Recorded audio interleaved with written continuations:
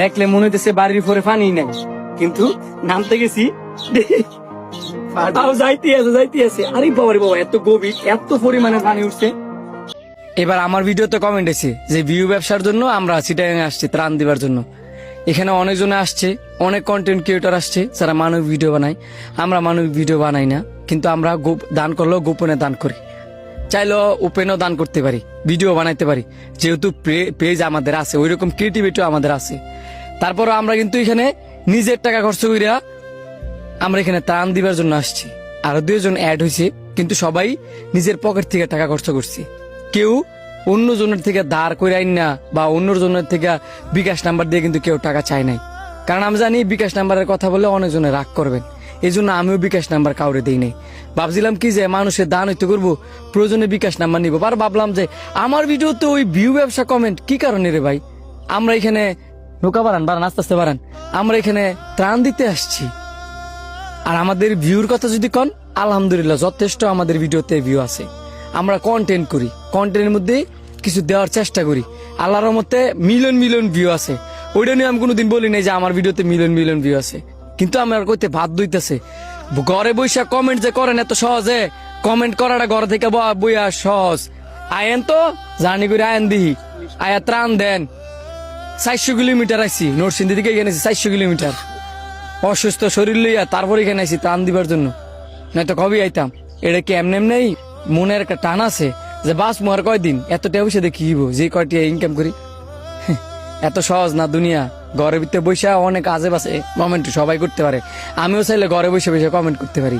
কিন্তু যে সব মানুষ এসব আজেরা কমেন্ট করেন, ওই সব মানুষের জীবনে কিছু করতে পারবেন না। যারা মানুষকে দেখতে পারেন না, তাদেরকে আল্লাহ পাক দেখতে পারে না। আপনি যেমন আল্লাহ পাকের সৃষ্টি, আমিও কিন্তু আল্লাহ পাকের সৃষ্টি। যারা এখানে আসছে তারাও কিন্তু আল্লাহ পাকের সৃষ্টি। আপনিও ভিউ ব্যবসা করেন, আসেন এখানে ত্রাণ দেন, 10টা মানুষের ত্রাণ দেন। আমি কমু যে আপনি ভিউ ব্যবসা করেন, আলহামদুলিল্লাহ আমিও দোয়া করি। আমার কথায় কষ্ট পাই না, আমি কেউ চাই না কষ্ট দিবার জন্য।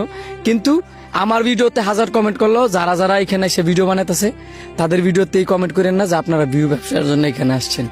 এতে করে মানুষের মন নষ্ট হয়, কষ্ট পায়, এটা আপনাদেরকে বোঝা উচিত।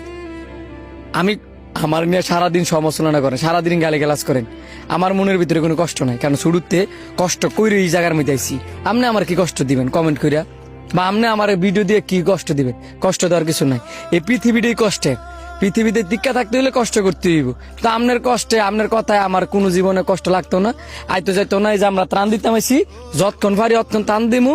আমরা এখানে 2টা নৌকা আছি, আরো 4টা নৌকা চারোর দিকে ফাটাইছি। দোয়া করবেন যাতে সুস্থভাবে বাসায় যেতে পারি। আল্লাহ হাফেজ, আসসালামু আলাইকুম, ধন্যবাদ। অবশ্য ওনারা বাড়িটা একটু উৎসাহ করে করছি, যে কারণে পানিটা এখনো রুমের ভিতরে যেতে পারে না, গেছে কিন্তু পানি নামে গেছে। আলহামদুলিল্লাহ যে পানি আস্তে আস্তে নামতেছে। ওই আসছে সবাইটা পরিবার সব থেকে বলাদেরকে আবার নিও না।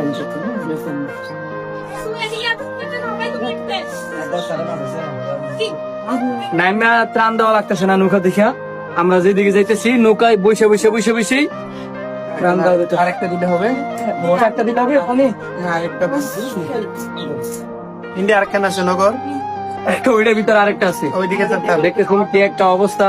মানে ভাবছিলাম, আমি প্রথম নামতে গেছিলাম, ভাবছি যে নাইমে একটু ত্রাণ দিব, হয়তো বা নৌকা যাবে না। কি যে পাউল নামা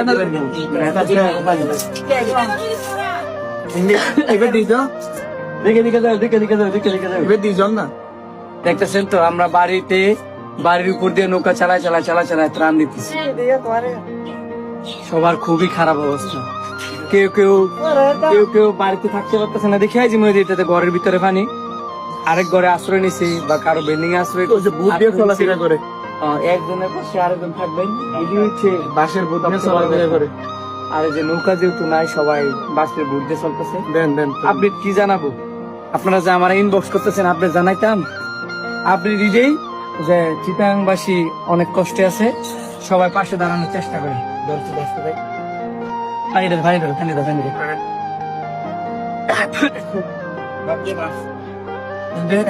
সবাই দোয়া করেন চিটাগাংবাসীর জন্য, যাতে পানিটা নেমে যায় আর যাতে বৃষ্টি না হয়। আজকে সারাদিন অনেক পরিমাণের বৃষ্টি নামছে। আর এখন আলহামদুলিল্লাহ বৃষ্টি একেবারেই নাই। আমরা একবারে সব প্রস্তুতি নিয়ে নিছি, কিন্তু এখন আলহামদুলিল্লাহ বৃষ্টি একবারেই নেই। সবাই দোয়া করেন, কারণ রোদ উঠাও অতি জরুরি। রোদ উঠলে বৃষ্টি আরো কম, মানে মানে বৃষ্টি আসলে পানি বাড়বে, আর যদি রোদ উঠে তাহলে পানি শুকায় যাবে।